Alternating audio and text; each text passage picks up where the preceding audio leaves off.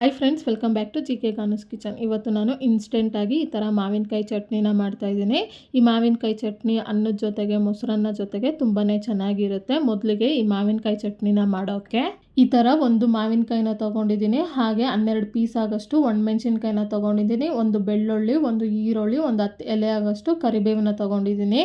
ಈಗ ಈ ಮಾವಿನಕಾಯಿ ಮೇಲಿರುವಂಥ ಸಿಪ್ಪೆನೆಲ್ಲ ಈ ಥರ ನೀಟಾಗಿ ತೆಗೆದು ಈ ಮಾವಿನಕಾಯಿನ ಈ ಥರ ಸಣ್ಣ ಸಣ್ಣ ಪೀಸಾಗಿ ಕಟ್ ಮಾಡಿ ಇಟ್ಕೊಂಡಿದ್ದೀನಿ.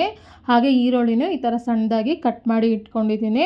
ಈಗ ಈ ಚಟ್ನಿನ ಮಾಡೋದಕ್ಕೆ ಈ ಥರ ಒಂದು ಜಾರ್ನ ತೊಗೊಂಡು ಅದಕ್ಕೆ ಒಣಮೆಣ್ಸಿನ್ಕಾಯಿನ ಸೇರಿಸ್ತಾ ಇದ್ದೀನಿ. ಹಾಗೆ ಸಿಪ್ಪೆ ಬಿಡಿಸಿದಂಥ 4 ಬೆಳ್ಳುಳ್ಳಿ, ಸ್ವಲ್ಪ ಕರಿಬೇವು, 1 ಟೇಬಲ್ ಸ್ಪೂನ್ ಆಗೋಷ್ಟು ಕಲ್ಲುಪ್ಪನ್ನ ಸೇರಿಸಿ ಈಗ ಇದನ್ನು ಈ ಥರ ತರಿಯಾಗಿ ರುಬ್ಬಿ ಇಟ್ಕೊಂಡಿದ್ದೀನಿ.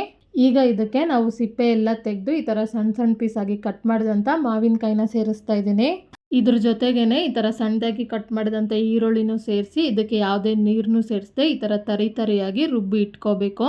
ಈಗ ಇದಕ್ಕೆ ಒಗ್ಗರಣೆನ ಮಾಡ್ಕೊಳ್ಳೋಣ. ಒಗ್ಗರಣೆನ ಮಾಡ್ಕೊಳ್ಳೋದಕ್ಕೆ ಈ ಥರ ಒಂದು ಪ್ಯಾನ್ನ ತೊಗೊಂಡು ಸ್ಟವ್ನ ಆನ್ ಮಾಡಿ ಇದಕ್ಕೆ 60 ml ಆಗೋಷ್ಟು ಎಣ್ಣೆನ ಸೇರಿಸ್ತಾ ಇದ್ದೀನಿ. ಎಣ್ಣೆ ಚೆನ್ನಾಗಿ ಕಾದ್ಮೇಲೆ ಈಗ ಇದಕ್ಕೆ ಅರ್ಧ ಟೇಬಲ್ ಸ್ಪೂನಷ್ಟು ಸಾಸಿವೆ, 1 ಟೇಬಲ್ ಸ್ಪೂನಷ್ಟು ಕಡಲೆಬೇಳೆ, 1 ಟೇಬಲ್ ಸ್ಪೂನಷ್ಟು ಉದ್ದಿನಬೇಳೆ, ಒಂದು 10 ಪೀಸಷ್ಟು ಬೆಳ್ಳುಳ್ಳಿನ ಸಿಪ್ಪೆ ಬಿಡಿಸದೆ ಈ ಥರ ಜಜ್ಜಿ ಹಾಕ್ಕೊತಾ ಇದ್ದೀನಿ. ಇದನ್ನೆಲ್ಲ ಸೇರಿಸಿ ಒಂದು ಸಾರಿ ಇದನ್ನು ಮಿಕ್ಸ್ ಮಾಡ್ಕೊತ ಈ ಕಡಲೆಬೇಳೆ, ಉದ್ದಿನಬೇಳೆ ಎಲ್ಲ ಲೈಟ್ ಗೋಲ್ಡನ್ ಬ್ರೌನ್ ಬರೋ ತನಕ ಫ್ರೈ ಮಾಡ್ಕೋಬೇಕು.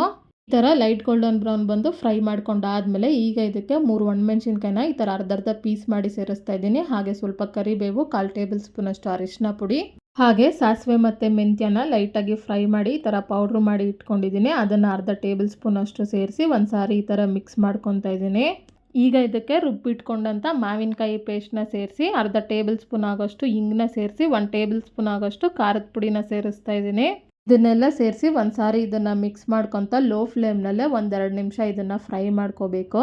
ಈಗ 2 ನಿಮಿಷ ಆದಮೇಲೆ ಸ್ಟವ್ನ ಆಫ್ ಮಾಡ್ಕೊತಾ ಇದ್ದೀನಿ. ಮಾವಿನಕಾಯಿ ಚಟ್ನಿ ಈ ಥರ ರೆಡಿಯಾಗಿದೆ. ಈಗ ಈ ಮಾವಿನಕಾಯಿ ಚಟ್ನಿನ ಈ ಥರ ಒಂದು ಸರ್ವಿಂಗ್ ಬೌಲ್ಗೆ ತೊಗೊಂಡಿದ್ದೀನಿ.